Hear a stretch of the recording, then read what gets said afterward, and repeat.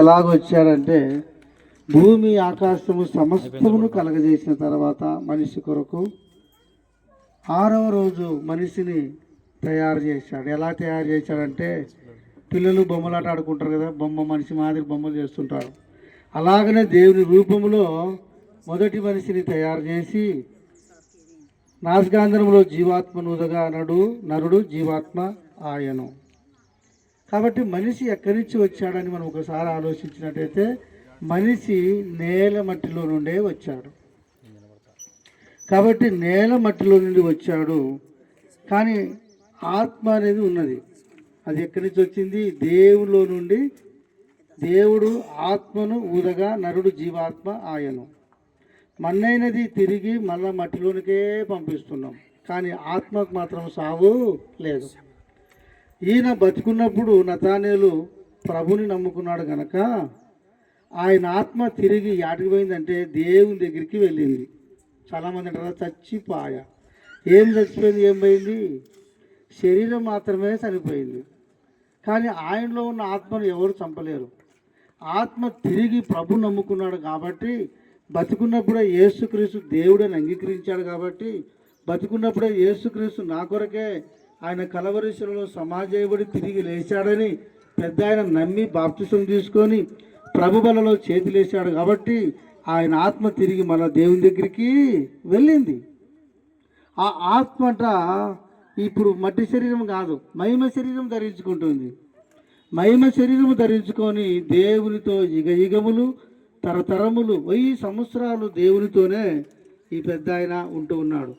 అందుకు ప్రభునందు మృతులు ధన్యులు అని రాయబడినది. పెద్ద ఆయన ధన్యుడు.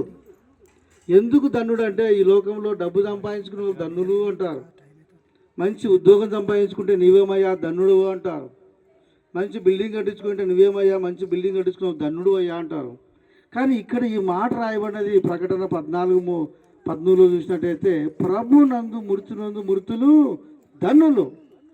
యెహోవా భక్తుల మరణము యెహోవా దృష్టికి విలువ కలిగినది. కాబట్టి ఆయన ధన్యుడు, ఆయనకి విలువ కలిగి ఉన్నది, దేవుని రాజ్యము ఉన్నది.